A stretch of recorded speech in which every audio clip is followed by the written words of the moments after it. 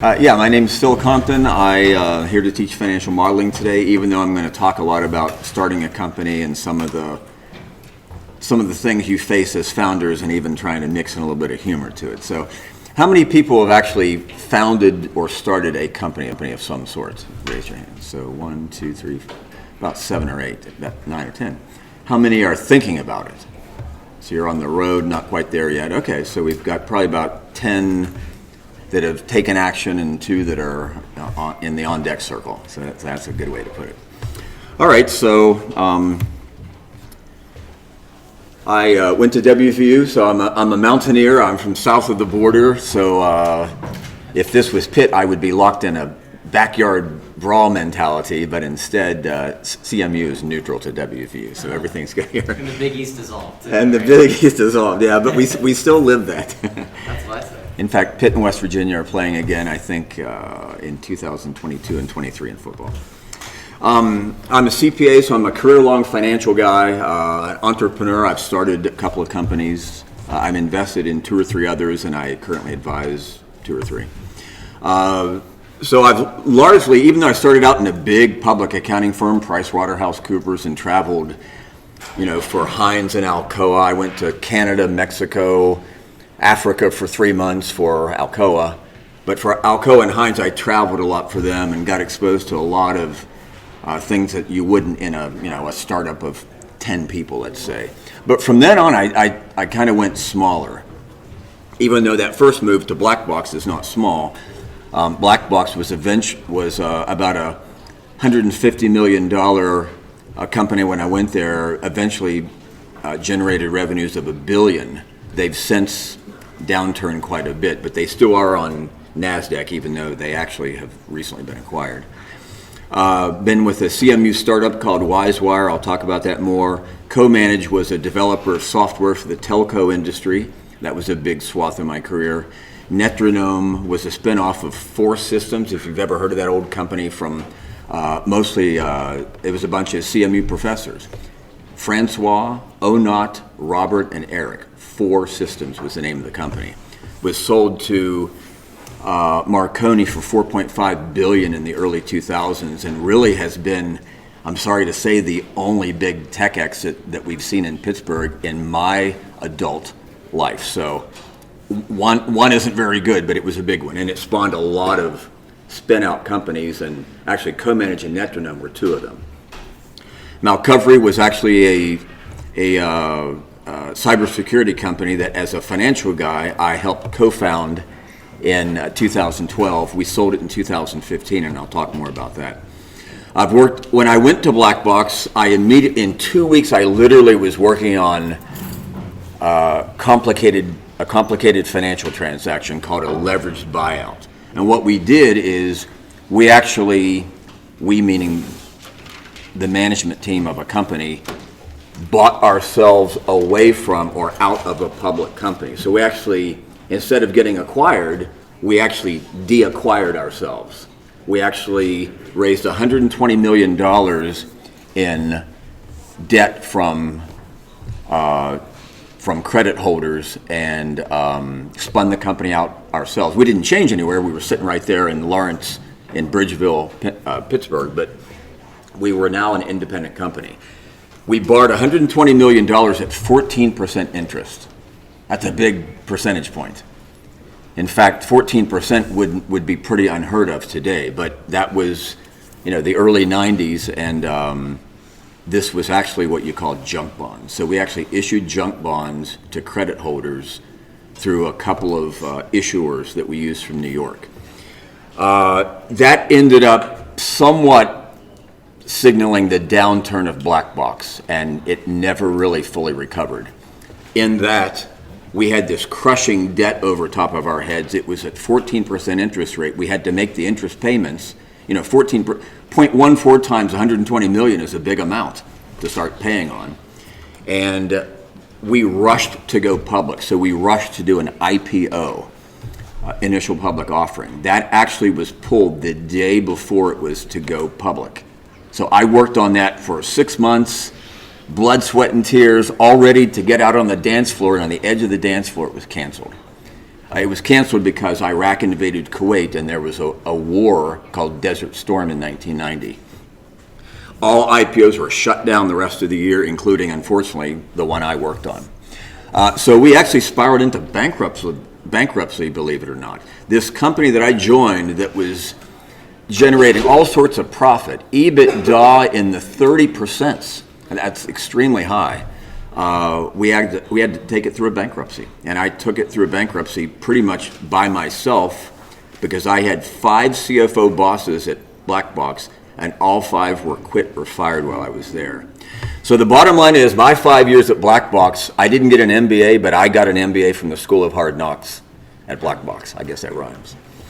I've had some exits. One was a CMU startup called WiseWire. WiseWire was a internet search refinement tool that I helped sell to a company called Lycos, which was one of the early internet search engines. Lycos preceded Yahoo, preceded Google. Now, Google and Yahoo went on to great things, of course, and still are. Lycos was much more muted. But my point here is I helped sell a company that had $1 million in trailing 12-month revenue to Lycos for $40 million. So that's 40 times revenue, 4-0. You don't hear about that today.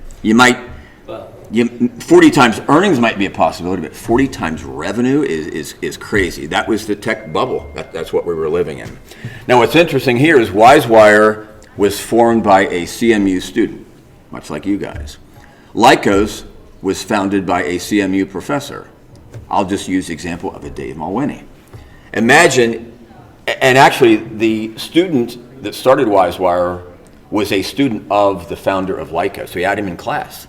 So it would almost be like Dave Mulwiney buys your company in 5 years. Would that be bizarre? Or one of your professors, pick out your professor.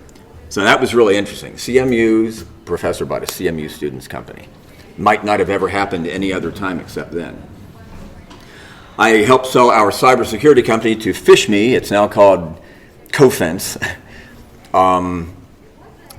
It also is headed by a CMU grad. Rohit Balani is his name, and he's still actually the CEO. So I've had a lot of dealings with CMU in and out throughout my career. It's been threaded throughout my career. I actually was also involved in one more exit I don't have on here that I wasn't an employee of. I was kind of a contract CFO, and I helped sell a private company in South Point to a public company from Stamford, Connecticut in 2016. So there's a third one. I've raised venture capital, really angel funding, $10,000 investments, all the way up to probably my largest single investment was probably $15 million from a single investor. The largest round I helped raise was $39.6 million, call it $40 million. And I've actually raised about $105 million in VC funding so far. I've been involved in commercial bank financing, all sorts of things like that. I'm heavily involved in sales. You might be able to tell I'm not the shyest bean counter you've ever met. I'm not the shyest CPA. What I want to do is help bring in the beans too, not just count them. So I'm heavily involved in sales. At the cybersecurity company called Malcovery, I helped close 10 Fortune 500 customers in our first year.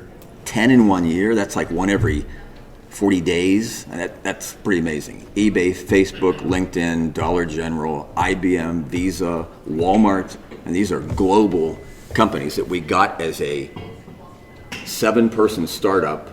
I think at the end of that first year we were like 18. So you can do it. It's not impossible. Investor relations, board level involvement. I help run board meetings and all that kind of stuff that other people on the management team have nothing to do with. And I've gotten some recognition over the years. So I'm heavily involved in the local tech community and currently advising a few companies. But we're here to talk about financial modeling. So we're going to talk about the assumptions that you need to document and make putting into building your model. We're then going to talk about stress testing the model and seeing how it behaves when we change things. And finally, at the end, I kind of snuck this in about 3 years ago, and it's become popular. So the last 10, 12 minutes, it may be a little late past the class. I'll go through a cap table example, and I'm going to make it very unmysterious for you. It's going to be pretty much easy. VCs and investors try to make it hard. It's not. And I'll prove that to you. So forecasting. You should really forecast by month for the first 2 years. That sounds pretty laborious, doesn't it? That's 24 months of detailed, granular forecasting as you go across the spreadsheet to the right. After that, it gets fuzzy, and quite frankly, you may not even believe your own projections after 2 years. I mean, in years 3, 4, and 5, gosh, the world could change. But the first, 2 years, especially the first 12 months, you should be very granular in your projections. What are you planning towards? An initial funding round? Well, that's going to almost surely be anyone's focus in here, so that's very relevant. We'll talk a lot about that. Are you trying to fund the company to eventually build it and sell? You might be able to, you can buy, let's say, a duplex on the south side. Fix it up and flip it in 12, 18, 24 months. I mean, a lot of people do that and do it all over the country. To form, build, and flip a company in a couple of years, I don't really think is a healthy focus. It might induce behaviors that really aren't logical in terms of building a sustainable business. So I wouldn't have that focus. Building a company to become public, that is extremely hard and extremely expensive these days.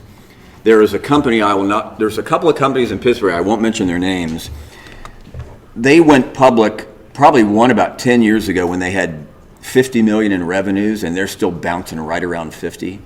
A company out in, I think it's Irwin, a tech company that went public, probably about the same thing, 50 million, they might be at 42, 45 now.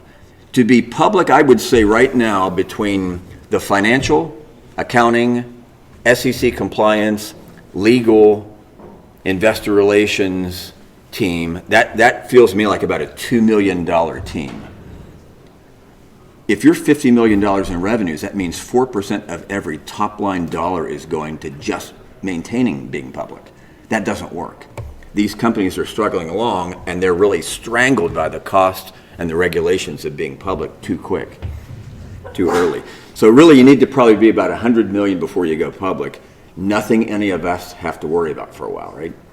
So what I would say is the best approach is to, and I know my pointer doesn't work here on this surface, the best tact is to take is build a company for the long term and see what happens.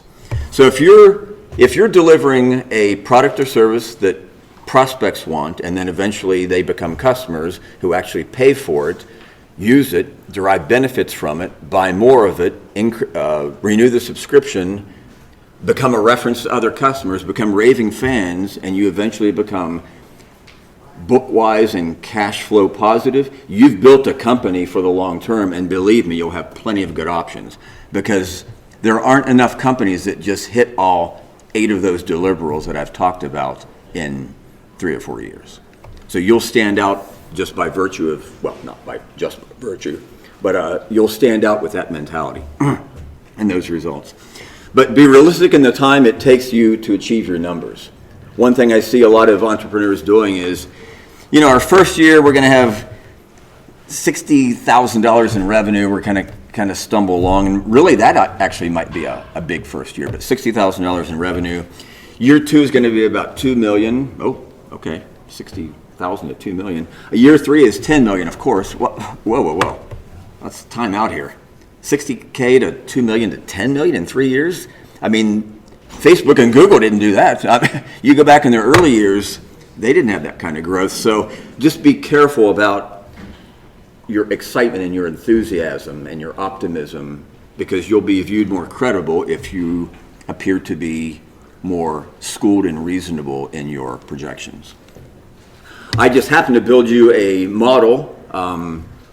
It's one that actually I've heard a lot of startups have used, not everyone, and it's not the end of, it's not the end all, but it's online out on the Connect site, so you can download not only this presentation but that Excel model. It's pretty elaborate, although not complicated, and also the cap tables out on Connect's website as well. All right, so first thing you need to do, remember, is to document the assumptions that you're making in your model. You know, when you're, of course, if you use my model, it's already built up some, but if you are starting your model or even using my model, you know, the first week you're working on it, you're like, oh, well, you know, I'll remember the customer renewal rate I have in my subscriptions, and I'll remember, you know, all these different things, and pretty soon after about 1 week, 2 weeks, 1 month, 2 months, 6 months, you're like, good Lord, what the heck was I thinking back in January? I can't even remember what I did. And you show someone the model, they're like, yeah, I need a tutorial to even walk me through this thing. It's a monster. So what you need to do is just be disciplined. In the first tab of your model, have a notes tab that just basically lists all of your assumptions. I mean, you want that anyway. It documents and is friendly to the reader or the reviewer, and you can go back and say, I'm changing like my first 5 assumptions because they're all bogus now. So you want to have that documented, and I'll show it to you in the model. Tells the audience a more complete story, that you actually understand what you did. You didn't just wing it, although you're winging some of it. What type of company are you trying to create will affect your assumptions. Hardware, you're going to be hardware, software, robotics. Are you going to develop apps? Are you going to have a consulting business? That's absolutely viable. You're going to open up a cafe. There's nothing wrong with that at all. A cafe could be a fine business. Mostly what I'm going to talk about here today is a tech business because of where we are. I think that makes the most sense to talk about tech. What product or service are you going to offer? Are you going to be a product or service company? So what do you think is more generally viewed as more valuable eventually? A product company or a service company? Product company. That's the most of the conventional wisdom. The thought is that while it is probably more expensive to create and ramp up, and if Alex is around here, he's going to laugh about my beautiful pointer, my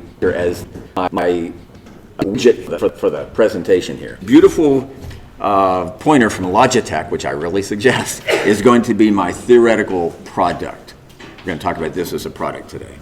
So you could develop this wonderful pointer here and have a product, and it's going to involve, architecting, design, and molding, and castings, and manufacturing, and inventory, assembly, and all those things.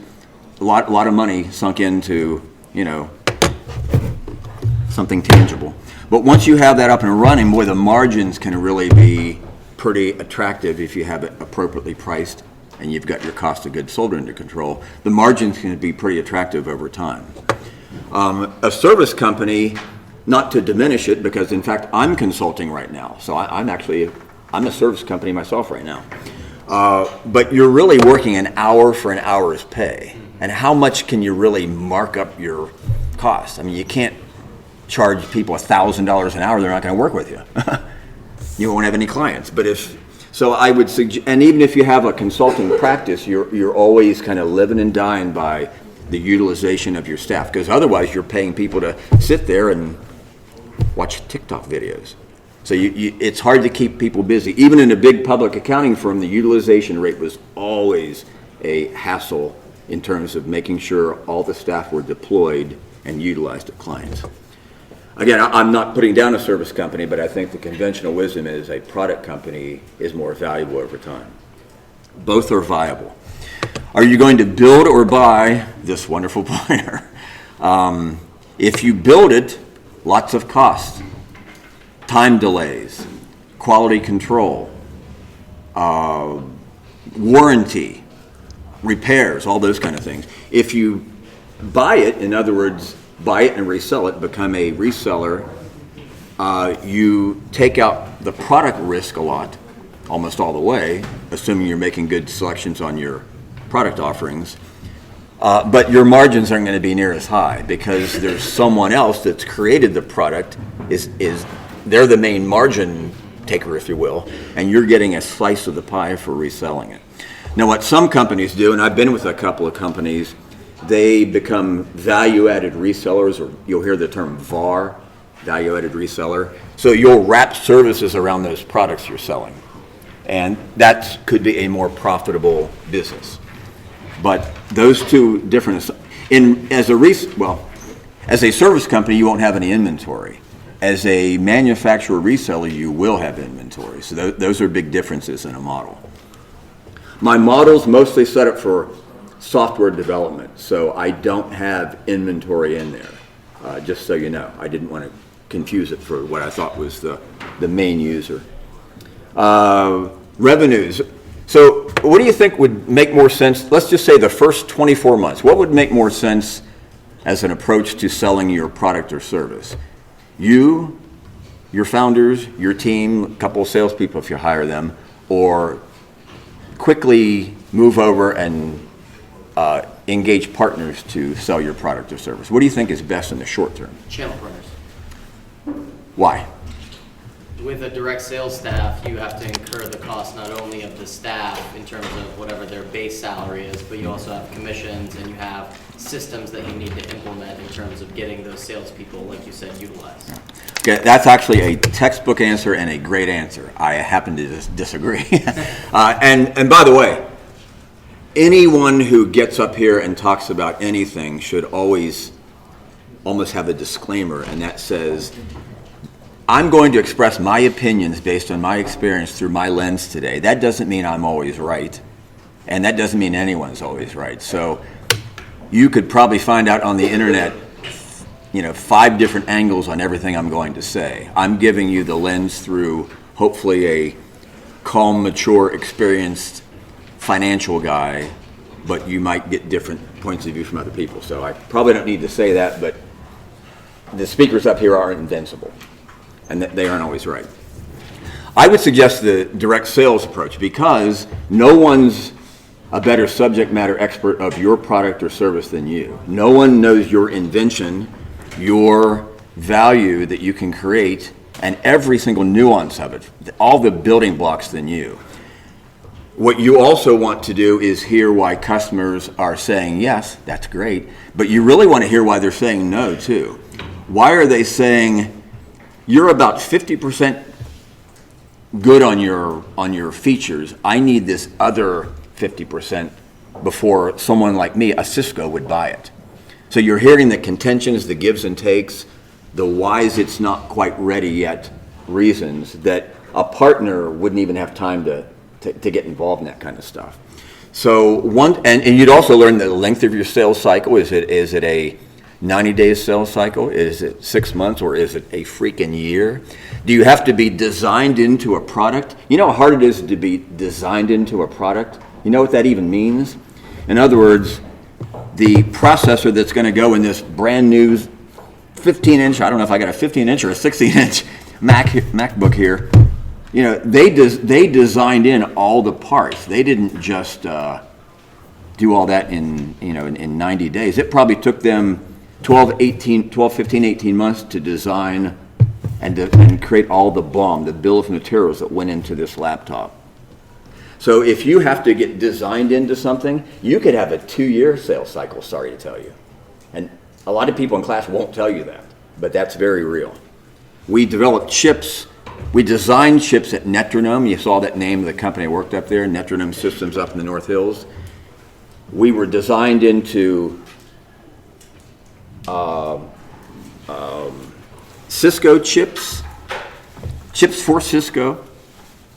Huawei, Huawei was one of our customers. That was before we knew some things about that company. And ZTE, another Chinese company. We didn't get the total thumbs up or thumbs down from them for like 18 months after we delivered our prototypes to them. Some said thumbs up, others said, you know what, you've got 90% of what I need, but I need 100% of 100%. So go make changes. Well, every change to a silicon chip is about a $15, $20 million change. So every time we had a change in our chip, we had to go raise $20 million just to make a little change. It's incredibly expensive, kind of going off here. But the point is, your sales cycle, you need to learn that. So that when you do go to partners, I'm suggesting in a couple of years, you've got all these nice FAQs that the partner's sales team can say, well, here's all the things that I should be saying to prospects, and here's the things that I shouldn't mention or I should avoid, and here's the benefits, that my product is derived because this startup told me that these are the main selling points that are working. So if you go to an IBM sales team and say, hey, I've got this brand new widget that I want you to sell, they may say, I've never heard of that. I can't get excited about selling something I've never even heard of. How many users are there? Oh, well, we have a couple of customers. I'm not selling that. So you go to a partner, I think, when you have a more mature sales process in place. Again, there can be exceptions. What type of and how many employees are you going to need? People are going to be your main costs. Would you guess a percentage of revenues how much your people costs amount to? Let's say in your third, fourth year, by the time you're a little bit mature. What would you say percent of every dollar goes towards people in a company? 30%. About 70%. So between wages, variable comp, which could be sales commissions or bonus, benefits, health insurance, all that stuff, it's going to be about 60, 65, 70%. It's massive. That can change for other types of companies, but in a tech-oriented company, it's all about really R&D and development and engineering. And then you've got to crank up the sales and marketing team that crank up that engine to create awareness and demand. So it's a lot of people costs. Everything affects your cash needs, just know that. I'll show you, this is an example of a notes tab. I mean, it's pretty generic. I don't want to waste too much of our hour here looking at this. But again, just documenting some of the assumptions you made. These happen to actually be from my cybersecurity company in 2014 and 15. What tools do your employees need to do their job? Well, anymore, I tell you, if someone's got a laptop, they're pretty much ready to go. You bring in a new employee and they don't, and when I say laptop, it can be a desktop. There's no reason why it can't be a tower with a monitor. But a computer is the answer. You need a computer to basically conduct commerce anymore. Even when you're on the phone doing customer support or we'll just say customer support, you're likely entering the results of the conversation in a module, in a screen. So you're always going to need that. If you need email, if you're going to get email, you can't just receive it through the airways. You've got to have a device through which to receive it. As when we started our cybersecurity company, we actually called it BYOC, bring your own computer. So we didn't even buy any computers when we started the company. We just brought our own. In fact, at our startup, guess how much money I made my first year? Zero. Zero is pretty low.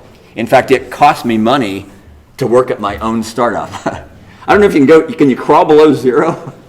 So what you do is you lose money, you go negative. And some of you may experience the same pain. You start a company, that doesn't mean all of a sudden you've got a salary. In fact, early investors really probably don't want to see you taking anything out of the company. There can be exceptions, but that's generally the expectation. So you start a company, you don't have a $50K salary normally. So, but once you get past those first 8, 10 entrepreneurial, founders and early hires, it's amazing, and I've seen this time after time after time. You get to employ 15, 20, or 25, and they start saying, well, geez, I've got friends over at Google and Uber and Duolingo, and gosh, they've got a lot better RAM and processor power and better graphics card than what my laptop has, even though it's 6 months old. And really, I'd like to have a docking station and a monitor because I want to be able to kind of use two screens, and that makes sense, and see bigger depictions of information. And 22-inch monitor doesn't really, that's kind of, that wasn't good. I want a 30-inch monitor. And really, I want two of them because I want to be able to I'll be more efficient if I have two. And I want 4K resolution because when you aren't looking, I'm going to be looking at TikTok videos and Hulu. I didn't just say that. As far as this chair goes that I'm in, it's kind of an average chair. It's kind of hurting my back. Man, I want like a An Aeron chair. They're only $1,500. I'm sure you can afford that, Mr. Startup, because my butt will fit in there real nice, and I can adjust it every which way but loose, and I'll be more productive. And as long as I'm telling you what I want, I think I'd really like a desk that's adjustable, because I'd like to stand up, because sitting is the new smoking, and I don't want to just crank up the desk. I really want to push a button because I want to. I just want to push a button. And to be honest, now that I'm really thinking about it, I want a treadmill desk. I want a treadmill desk, and I want that nice platform here that I can work on. I'm sure I'll be real productive as I'm walking. And I want a few USB connections, because I'm going to be, listening to a lot of music while I'm working for you, by the way. So it can just get out of hand. I'm being kind of funny, but you'd be surprised. Once you have about 15, 20 employees, it's almost like no longer is it the money that Phil has raised or has sacrificed for. And, I don't really want to follow Phil's example all the way. What I want is the company just to take care of me, because I'm just an employee here. So you see how you start to lose the founder feeling? It can happen. Some companies are better at managing it than others, but employees, after a while, aren't shy to ask for something. Where are you going to put them, and how long are you going to stay? So here's a question. Can you actually lose your house and financial possessions by signing an office lease? Yes. Yes, you absolutely can. And how can that happen? Well, landlords are really good at renting space. That's their business. It's almost like casinos are really good at always making sure statistically they win. They aren't in business to lose millions every year. Casinos are in fact profitable because they tilt the odds in their favor. Kind of digressing some here. But landlords will often sneak in or have as their template a personal guarantee. And you might think, well, geez, I just want this space, and my employees are clamoring for it, and I know we're going to grow, and I've got $1 million in fundraising that's ready to come, and I'm just going to go ahead and sign that because it's one of 17 signatures on the lease anyway. Who cares? Well, that personal guarantee says that should lessee, the company, renege or no longer to meet their obligations under this lease, the guarantor, probably you, have to actually make the landlord whole or continue to make the lease payments. So if that was, $12,000 a month, Bob or Sue or Phil are now paying $12,000 a month to the landlord. Landlords are sometimes understanding. They'll allow you to sublease the space. You've probably heard about, hey, I'm going to go try to get some sublease space. What you're trying to do is help bail out someone whose lease, went bad, or their company shrunk, or they downsized, or maybe they're just out of business. But that landlord once paid 100% from someone, and if your name's on the lease as a guarantor, it's going to be you. So be very careful about that. To be honest, where you are located, your physical environment doesn't matter. I have literally, and I can tell you this very truthfully, worked off of cardboard boxes. Those were my desks. So at Co-Manage, even though we raised $4.2 million on a business plan, we literally had a paper business plan we printed out and got $4.2 million on it. From Adams Capital here in Pittsburgh, Birchmere Ventures, probably heard of them. The CEO Venture Fund is an old fund, but we got $4.2 million having done nothing. We were still there sitting, working on cardboard boxes for about 6 months. And after that, I shared an office with the CEO for 2 years. And halfway into those 2 years, we actually brought an accountant in, so it was 3 dudes in an office. And CEOs love to talk, they're really loud. And here I am, a conservative CPA trying to concentrate reading contracts and stuff. So that was an interesting 2 years. But the point is, where your physical environment really doesn't matter. There's a startup in town that opened up their doors day one at PPG Place. Are you kidding me? Like $27 a square foot? And you've got how much space? 8,000 square feet? My God, I'm not going to do that math real quick, but they might have had $120,000 just in rent for the year, 10 grand a month. It's like, what are you doing? That makes no one cares where you're located or your physical office. So be very thrifty. There's a lot of, there's free space, there's very cheap space, there's opportunistic space in that you can find those subleases. And Microsoft was started in a garage. You've seen the pictures from Jeff Bezos. He was working in some shanty of a place. Where you're at doesn't matter. So don't get caught up in employees want to be in a Google setting. What they want is you to be successful. So physical environment, we just kind of talked about that. Data and telecom infrastructure. I always have to watch myself. Data and telecom infrastructure, what will you need? Anymore, for the first year or two, all you might need is this right here. And everyone's got one of these, so you don't really need one. Except for, you do need, most likely, for email and everything, some kind of server. You'll almost surely have all that in the cloud, and I recognize that, but you'll need some kind of server on site for immediate storage and retrieval, maybe for your CRM, your Salesforce-y kind of tools. But you'd want a certain amount of repository on hand. But for the most part, you can kludge together those cell phones and one of any very low-cost 800 services. We use 1-800-Grasshopper to start our Malcovery security, and we used it all 3 years. We never changed. We never had a phone system, so it can be done. What kind of marketing efforts will you need to gain mind share in your market? More than you ever think. You know how much traffic and noise there is on the internet now? I don't need to tell you. You're younger than me. You know that. It's nuts. You can't. It's so hard to carve through the volume. I mean, the Googles and the Apples and all those companies are getting plenty of press. How often do you see your fellow, little companies here in Pittsburgh being mentioned on national news? Probably like almost never. Maybe in the local paper or Pittsburgh Business Times or, Swartz Center has announcements they put out. Alpha Lab does, Innovation Works, but that's not really reaching a nationwide or worldwide audience for the most part. So it's going to take more than you ever think. In the older days, going to trade shows was actually viewed as more commonplace and in some cases necessary. For example, if I'm going to go launch again this beautiful widget, here we are again, and it's incredible technology, I may go ahead and spend the 80 to 100K to have a booth out at the Consumer Electronics Show in Las Vegas every year. They just had it 2 or 3 weeks ago, the CES, you'll hear about that, where they launch all new tech for the year outside of Apple's launches. But that's not really, if you're going to be developing apps, you don't need to go to CES and spend 80 grand to announce I've got a new app. What you need to do is, and you're growing up in this time, I wasn't, everything you're going to do is probably going to be digital marketing, social media marketing, LinkedIn, Facebook, Twitter. I don't know about TikTok, that's not really quite as appropriate. If I didn't mention Instagram, I meant to. And YouTube videos can be really powerful. What we had at Malcovery Security was a YouTube series.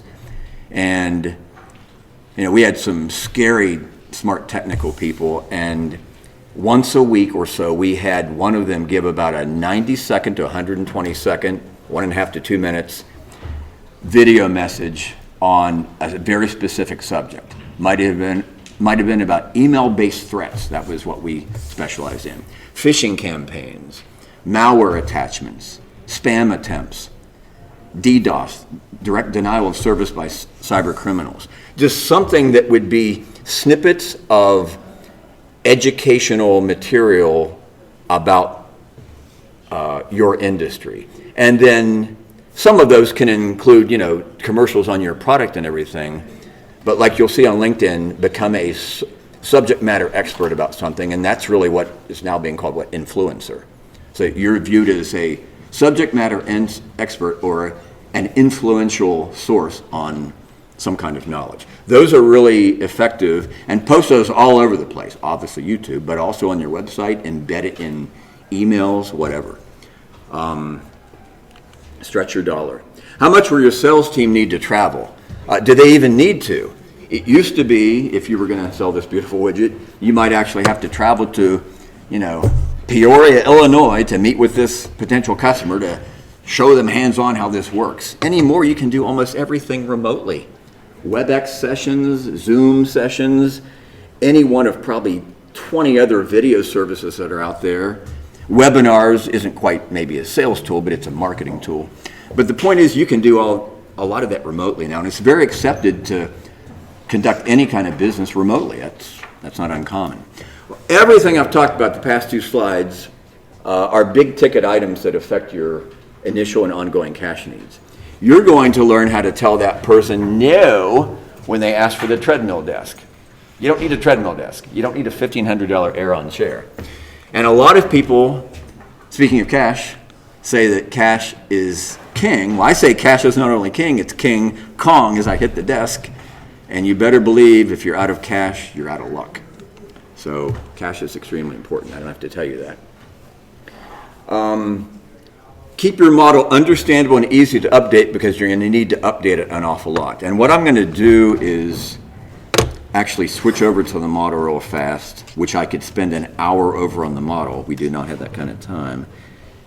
And I'm going to just go through a couple things, assuming that some of you are actually going to use it. It's got about 20 tabs, so I'm not going to be able to, do a ton of time here. Okay, so that's kind of small. 3 things I want to point out here. Got a lot of notes there. One is, and this would certainly seem to make sense, is, wow, excuse me everyone. There we go. This model is a template. It's got information from a dude named Phil in here.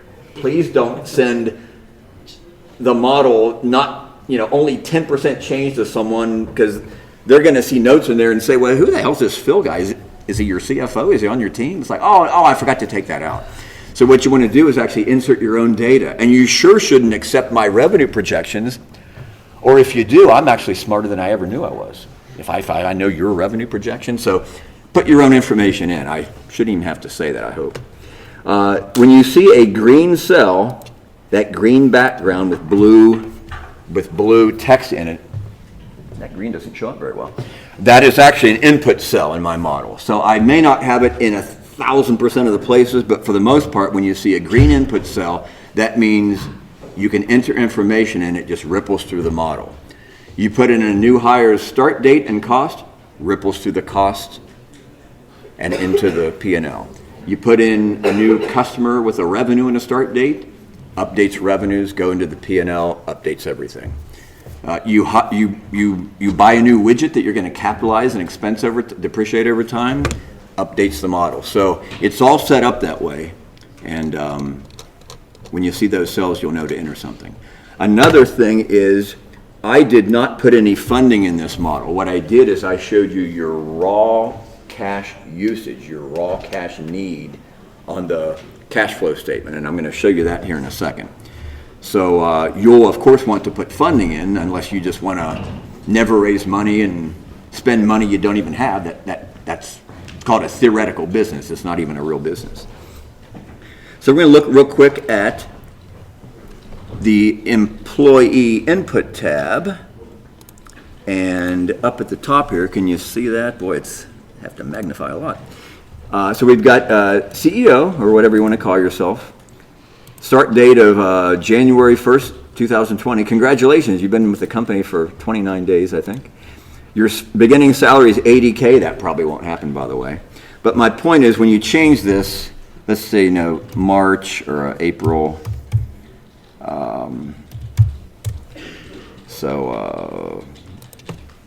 Not the year 40, sorry. So now you'll see that salary, April 1st here, right there, doesn't start until April. Or if you change the salary to, get ready, $1 million,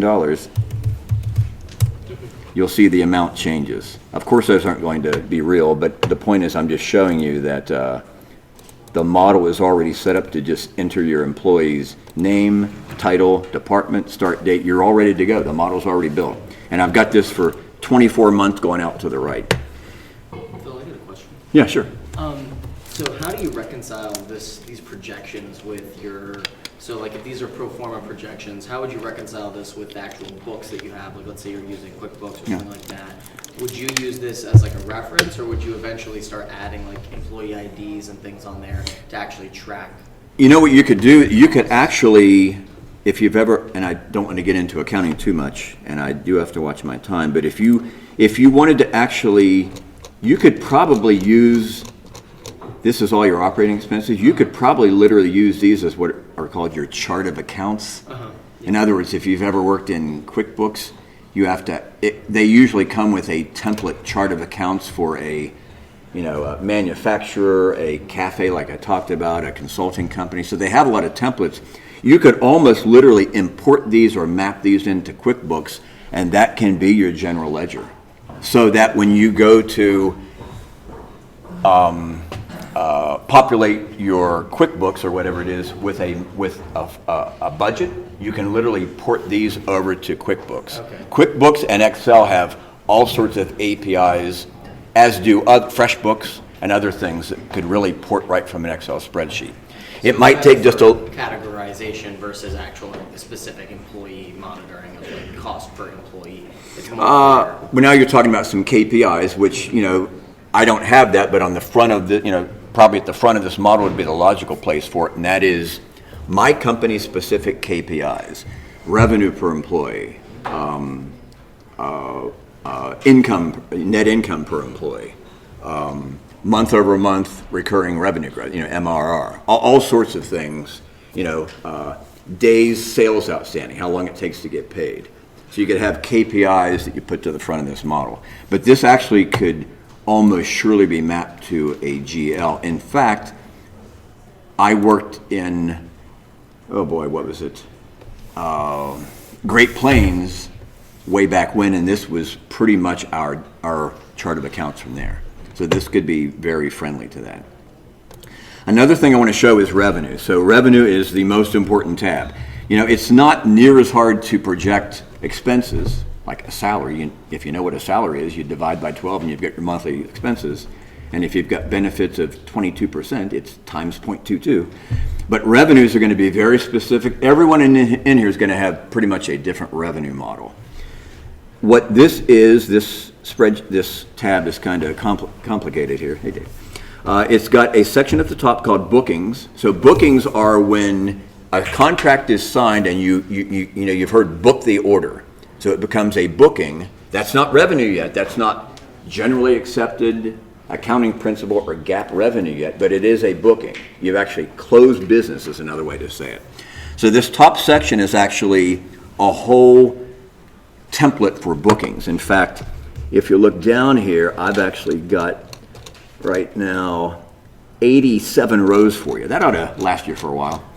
So you'd enter and this is called a named forecast model. So in other words, instead of saying the market for this widget is $500 million and I think we can capture 0.75% our first year.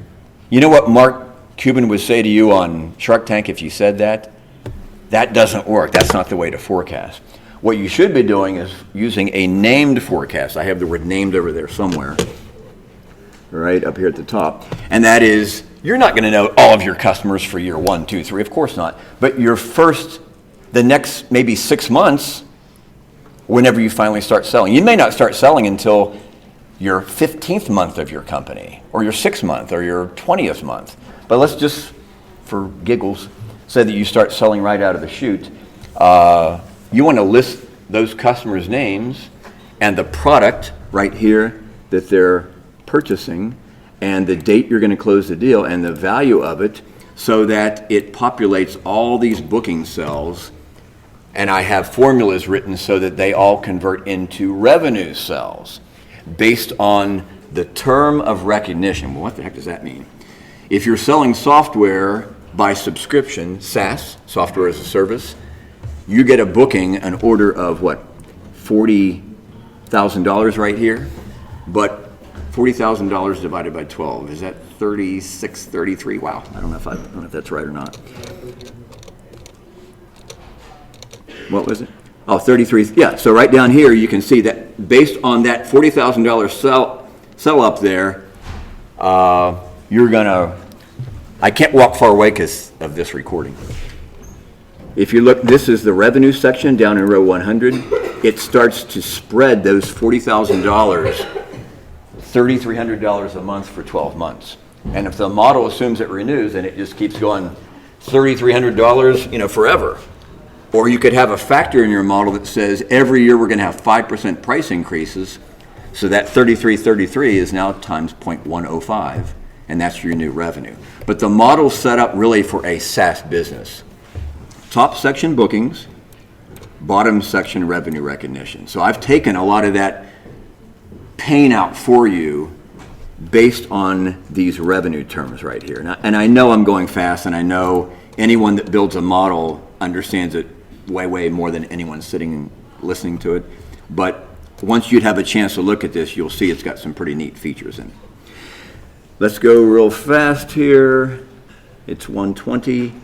This is, see, Statements Monthly, STMNTS Monthly. These are the financial statements. So all these cells, if you see where my cursor is, all these departments roll up into expenses, an operating expense summary, combined with people cost, employee input, combined with revenues, bringing money in, to form the financial statements. And is sales considered an expense? Is that the expenses for the sales department or also? Exactly. So the sales team, the team that supposedly is generating sales, that in their name, although us accountants can produce sales too, and engineers can produce sales. Anyone can produce sales. The administrative assistant at the front desk can actually sell. It's not, no one's not allowed to sell. Everyone can sell. But the sales department is the place where the sales team and all their related costs are housed. So that's right. So this is broken down into 3 different statements, and every column is a month. Here's January of 2020, if you can't see that. We're on the 30th, right? So here's the income statement in the top section.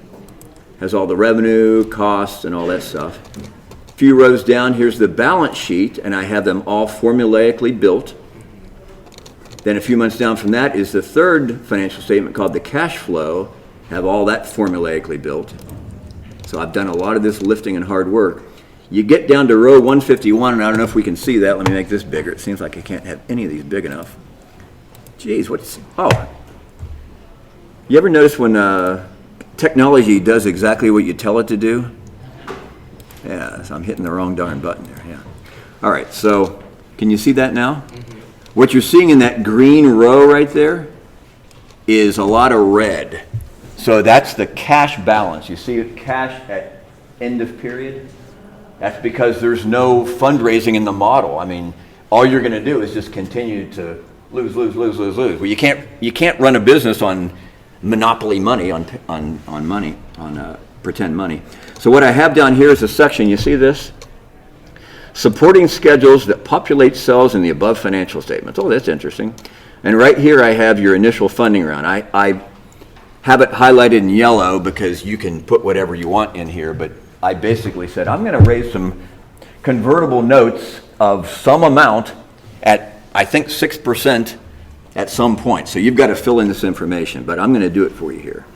This even says, enter early funding in this row. So I'm trying to make it very clear where you put your funding. So let's just say we're going to start the business out because we don't like to spend imaginary money. In fact, that doesn't work. I'm going to start the company out by raising $300,000 in convertible notes. Oh gosh, I've got some black money. I've got money now. I've got a cash balance, but it only lasted till May. So you know what I better do? I actually, coming out of the gates, I better go ahead and raise $500,000 instead. 500,000. Gosh, Gives you a month. that's only getting me out to June. So, I've already changed a couple cells in here, and I think I ramped up the expenses. I think that might have left that $1 million salary in there. But the point is, yeah, and sorry to say you're not going to be getting that right out of the gates. Maybe in year 2. But the point is, in this row, you want to be entering your needed funding. You may have to end up raising just 6 short months later another, $700,000. Yes, wait. So this is what you do. You see how realistic or unrealistic your projections are. If you're needing to raise $1.2 million in your first 6 months, you might be, you know what?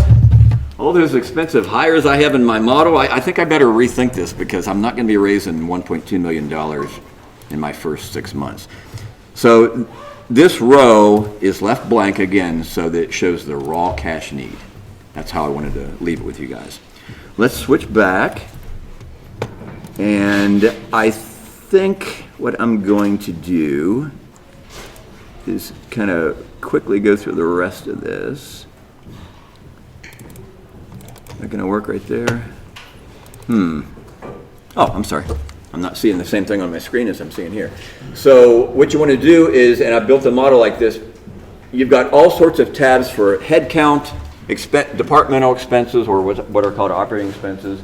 I've got a capital expenditures tab where you buy laptops, the chairs, whatever, and the depreciation calculations are already set up, so it's already automatically done for you. It's almost like a little bit of a mini accounting package. Not quite that much. It's got a tab for revenues that we saw, which is going to be your most important tab. It's got a tab for cost of those revenues, or what's called cost of sales. And it feeds into the 3 financial statements, which we started to go over in the model. And here they are. It's the income statement, balance sheet, and cash flow. You might not have ever seen it depicted like this in your finance class, but they actually all are intertwined. So the net income or loss in a company flows to the balance sheet in terms of what you've retained. The earnings or loss you've retained over time and accumulated over time.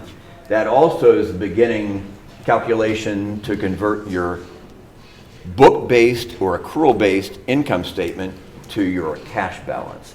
And that cash balance is actually tied to the cash on the balance sheet. And by the way, the balance sheet had better balance, or otherwise it's a non-balancing sheet. And you don't want a non-balancing sheet.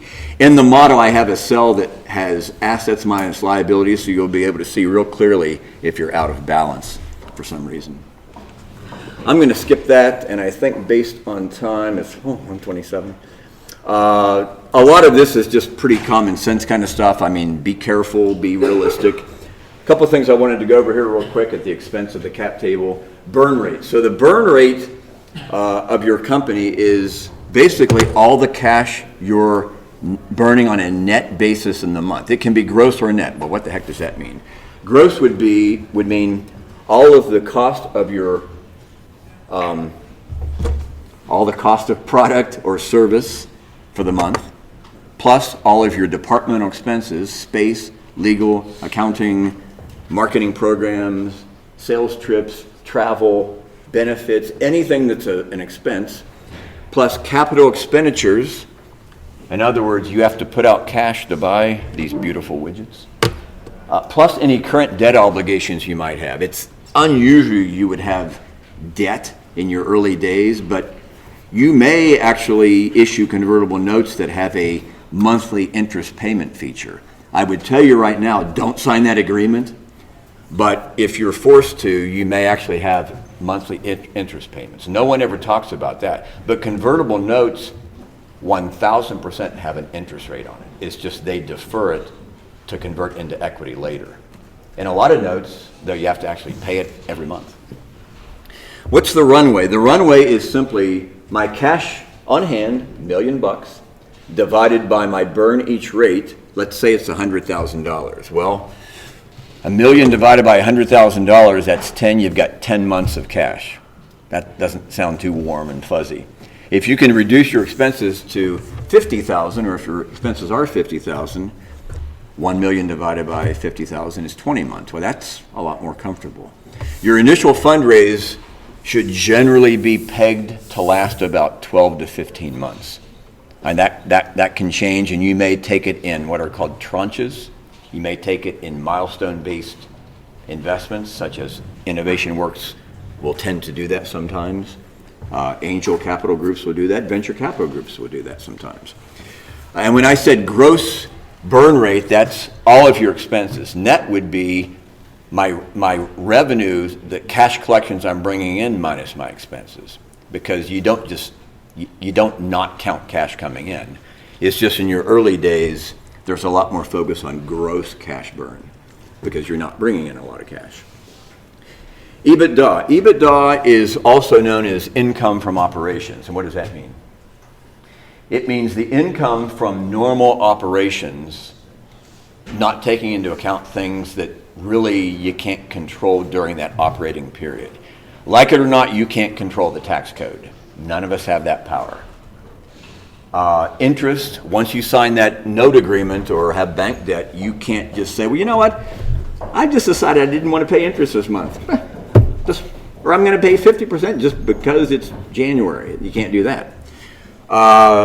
The equipment that you bought a year ago is still being depreciated. You can't change that calculation. So the EBITDA, the interest, taxes, depreciation, and amortization are generally excluded when assessing the operating results for a period. Or in other words, EBITDA is the common nomenclature used in the investment startup financial world. Cash and break even, it really doesn't occur. You can't say, well, gosh, I've been in business 12 months and we squeaked out a $300 profit in July. Yes. Well, it's because for some reason you just didn't have many expenses other than 3 or 4 people in July. It's not like you're all of a sudden, hey, I'm a profitable company. Well, the first 6 months you weren't, and the next 6 months you weren't. So you're really not. So you need to be probably profitable for a 3-month swath, a quarter at a time, before you can say, I've reached profitability. Same thing on cash flow. Unfortunately, you will spend cash before you bring in cash, almost every time. You're going to spend money on tools for your employees before they actually generate something. You're going to spend money traveling to or marketing towards or advertising to prospects before they ever buy, and then they eventually pay. So cash flow, generally speaking, will come after EBITDA break even because expenses that you pay out precede collections that you bring in. That's just almost always the case. Yeah, you'll burn cash before you sell. Okay, so we're going to get into the cap table now. If you've got 10 minutes, you can stay. It would be maybe a good thing to do, and I don't know what I just did there. Let's see here. So I already know I'm going to need to make this bigger, right? So let's look at this. We're going to demystify the cap table. Why is this so complicated? Investors love to make this complicated. Am I making this big enough here? That pretty big? Okay. So when you first start out, day one, let's go getting rid of all these things. You got 3 people. You got, just co-founder 1, 2, and 3. I'll stop trying to be funny here. And you've got 2 million shares allotted to those founders. Day one, you own 100% of the pie. So when we're talking about a cap table, the number of shares, it's hard to process this, doesn't really matter. It's the percent that matters. So can you start a company on 1 share? Or can you, for the first year, can you actually operate the company on 1 share outstanding? Yes, you can. So you can have 1 share, still 100%. Each one of you own 0.3333 or 33.33%. Doesn't sound very comfortable, but it's actually just as valid as 2 million shares. And so there's no real magic to the number of shares that are initially authorized in a company. Authorized means the board of directors, or maybe you, the founder, has decided declared there will be 10 million shares available to issue. Doesn't have to be 10 million, can be 1 million, but or can be 1. Again, it's not doesn't seem realistic to say, I'm going to hire you as a software developer and it's going to be great, and they'll say, well, how many options am I going to get? Well, you're going to get 0.00037. What does that mean? Well, you're going to get 0.0037% of the company. Okay, well, I guess I didn't know I was going to get a little piece of a share. Well, that can happen. So I'll stop being funny. 10 million shares is just, for some reason, the normal amount of shares to found a company with. Doesn't have to be, but seems to be accepted. So in this case, the founders have 2 million shares between them. You then bring on three more. You bring on 3 more stud employees, got your CTO and VP of engineering and an early sales guy that you probably maybe didn't need to hire now, but that they're really going to make a difference. So there's another 500,000. Well, gosh, my 100% became 80%. Okay, well, I guess that's what happens when you issue more stock to other people. Okay, well, that happens. And when I say issue stock, it can be in the form of options that will vest over time. That's almost always the case. But for right now, they're, reserved for that person. So you should actually put the whole amount of the grant or the promised amount to an employee in your cap table. And that's 500,000 in my theoretical example here. And you've taken on a little bit of seed money that's just a few $1,000s here and there from family and friends, and that costs you another 100,000 shares, or percentage-wise 3.8%. And you know what? We might as well go ahead and set up the option pool we brought on 2 or 3 more people and we issued them some shares. What am I doing here? Yeah, so we issued 100,000 shares to another 5 or 6 employees. And while we're at it, we might as well go ahead and create our option pool. Have you ever heard our option pool should be about 12 to 15%? When my example here, it's 13.3 between granted and ungranted or yet to be granted. So I'm in the sweet spot. So that's my picture before I ever go knocking on some investor's door. 3 million shares outstanding. Me and my buds no longer have 100% of the company. We've got 2/3 and got a pretty good initial team, and here I feel great about things. Well, now we're going to welcome in someone to the hen house. I don't know if I've ever used that word. So now life does get a little bit more complicated, but let's chillax here. The only cells you need to worry about, and again, the green doesn't show up here like I wish it would. The only cells you need to worry about here are the green cells, and that's 2 of them, rows 10 and 13, right?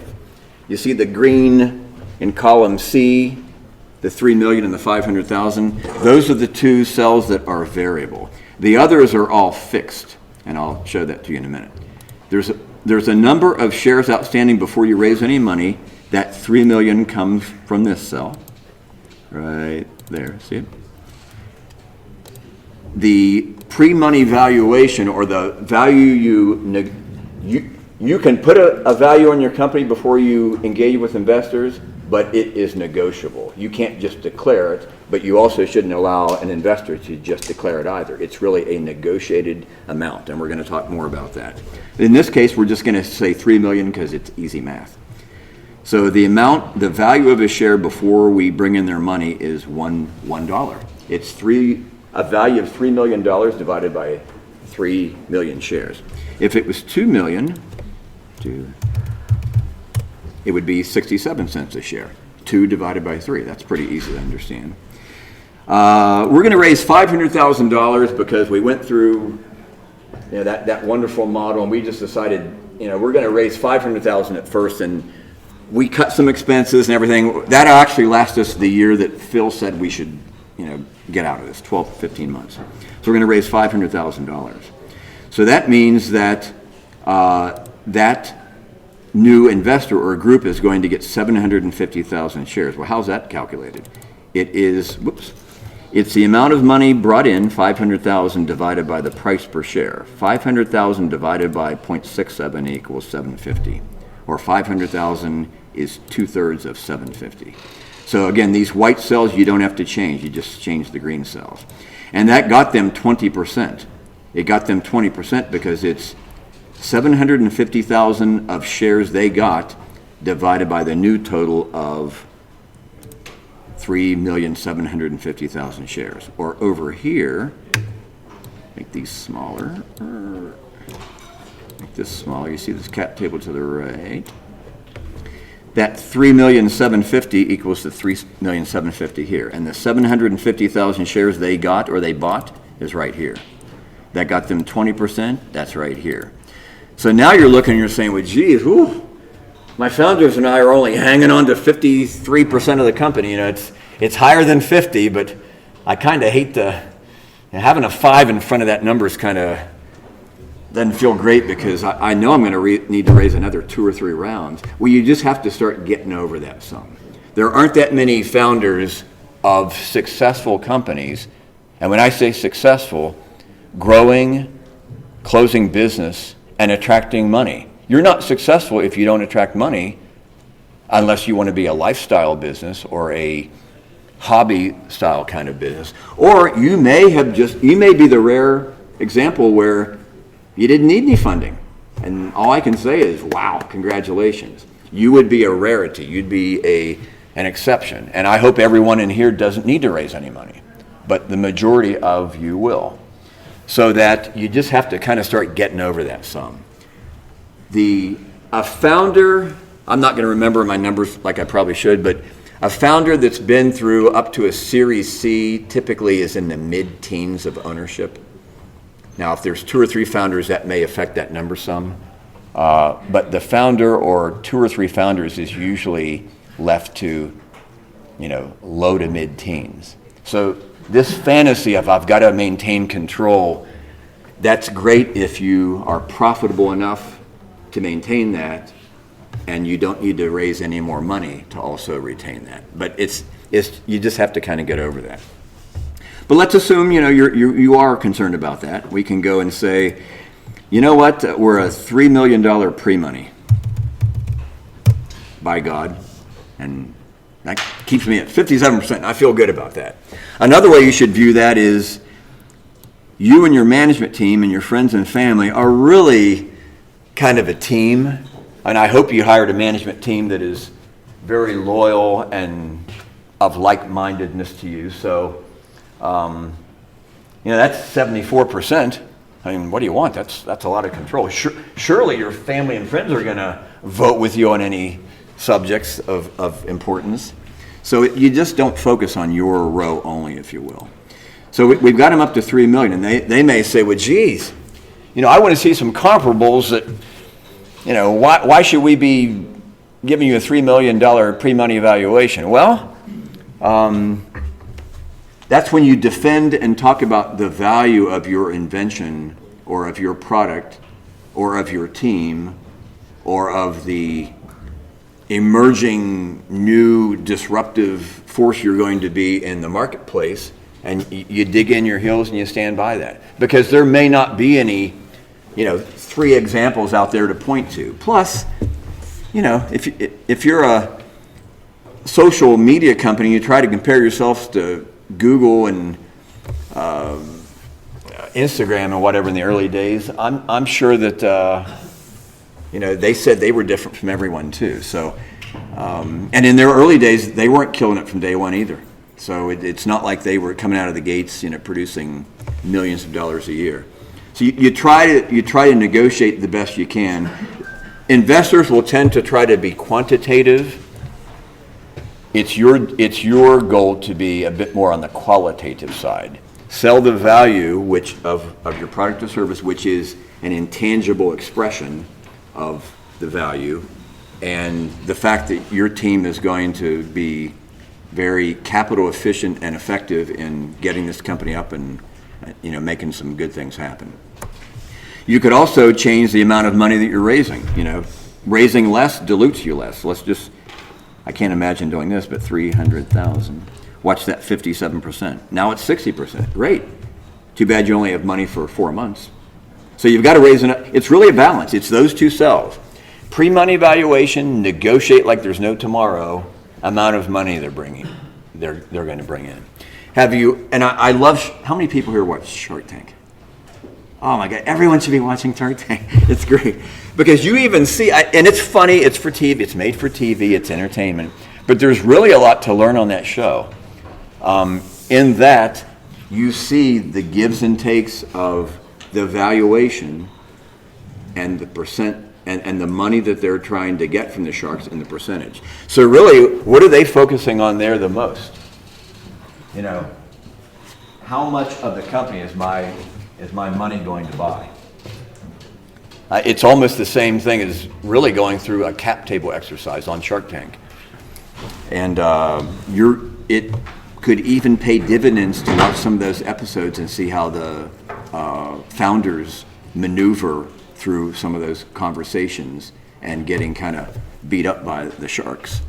It's a little bit educational. So hopefully that was demystified it somewhat. This is out on the website too. You can use this as a tool. There's not many cells here. To be honest, you're going to fill in the amount of shares your team gets. You're going to play with the pre-money valuation and the amount of money you need to raise that comes from the projections we've been talking about. There's really nothing else on here you need to enter or touch. It's all formula driven. So I've run over. Most of you stayed, which is good. It's quarter till. Happy to take any questions on this or the model itself. So go ahead. Maybe it's not relevant, but how do you assess the company's value? Like if I have a business for 4 years, now I'm ready to sell it or to take partners, how do I assess that the value of the company? Well, in financial speak, a company is generally valued on a multiple of its earnings. And usually EBITDA is an accepted way to do that because, again, you can't control taxes and those kind of things. So in your industry, there is information all over the internet which will point you to the typical range of valuations or multiples for a company in XYZ industry. So you do searches, and there are actually resources out there, specifically financial resources that you could probably subscribe to that give you all sorts of data. Because you can bet the venture capitalists and the investors have subscriptions to those services. I am sure, and I'm extremely positive, that Carnegie Mellon's library has all those subscriptions. Bloomberg, Moody's, all those things. Crunchbase, all those kind of things. But when you're starting out, you don't have any earnings, or you have negative earnings. So you could get 100 times earnings, but your earnings are negative 5%. Well, that means I almost have to pay them to take my company. So that's really not practical in an early stage. Once you get an operating history going, then you will be judged more, how can I say it, more on a standard basis. They will actually, when I say they, potential investors or acquirers will actually value you in more traditional, mathematical, formulaic ways. In the beginning, assuming this is your first priced round, it's, like I say, a lot more theoretical and qualitative. It's you really pushing the value and vision of what you've developed or what you're going to develop and why that has, a large amount of value compared to what they're willing to agree to. People who actually Shark Tank, for example, most of them are in early stages, and they have a value with their when they enter to this stage. So how do they assess if the value is right or not right, like the sharks? Well, a lot of times, and by the way, I don't want to say that Shark Tank is 100% accurate. I don't mean to sound like that. I think it could be a nice coaching tool, is a way to say it. But I don't want people to say that, some guy at Tepper actually told me I should learn my principles from Shark Tank, and I'm going to, use those principles here in my conversation with you, Mr. or Mrs. Investor. So please don't take it that verbatim. But a lot of them come in there, don't ever get they don't maintain the value they've been looking for. But some are actually, like the guy who developed the, what's the sponge? Scrub Daddy? Scrub Daddy. Scrub Daddy. Yeah. He got exactly what he asked for, even though only one shark remained in. I think it was Lori, right? And he held to his guns. I've even seen where it's been negotiated up before. So you want to know one of the good old tricks to get this figure up here? Have more than one interested party. Because there's the thought that what are we missing that the other investor must see in this team? My gosh, if they're going to give him $3 million, I guess we're in a bidding war. We better give them a $3.5 million valuation. And you can kind of sit back and play potential investors off of each other. There's a lot to be said for having multiple suitors. Now, I know that's kind of pie in the sky, but it's not uncommon to have more than one interested investor at a time, right? I mean, rounds are comprised of multiple investors, usually not just one investor. So you can actually play people off of investors off of each other. But in the beginning, it's just a lot of negotiating and standing your ground. And while you can look at financial data out there, you don't have a lot to stand on formulaic wise. It's, again, selling the value, selling the team. It's the product or idea. It's the team. Hopefully some members on the team have done that before, or you've got some really talented first-timers. First-timers are hard to fund, but they get funded all the time. And a very attractive, marketplace that's growing fast, or this just really coming out of the gates and people don't want to miss out on it. What else? Yeah. Where would you put the inventory in the spreadsheet? So inventory I don't have in there right now, but it would affect in your assets. It's going to be in what are called current assets. So in the can I show something here real fast? Let me see. Oh, I'm looking around the room here. That sounds kind of strange. So I better not show this one model that I was going to, because I don't want to show someone's information. But right here, is that big enough? Yeah. Yeah, so inventory is what's called a current asset. It's going to go right about in here. And inventory is there's three types of inventory. The raw materials, all the parts and assemblies that are all put together to build this beautiful widget. There's work in process, that is the conversion of raw materials into a partially or in-process product. And then there's finished goods that are just sitting up on the bays and the shelf. So there's three different stages of inventory. And those are all going to be listed right here. In your cash flow, they will need to be likewise entered into this section. And I know I'm explaining this kind of fast, but inventory is part of a set of financials called working capital. So working capital is cash, receivables, and any asset that is convertible into cash within an expected 1 year time. So those are the two spots on the balance sheet that it needs to be put into. While I don't have that in here, if you Google financial statement, show me financial statements including inventory or impact of inventory, or for a manufacturing firm, you're going to get all sorts of templates. But you could actually just enter a new row here and just continue to use this model. Again, I kind of use this more for software. Yes? Anyone else? Okay, I guess that's it. Thank you very much. Appreciate it. Thank you very much. Appreciate it.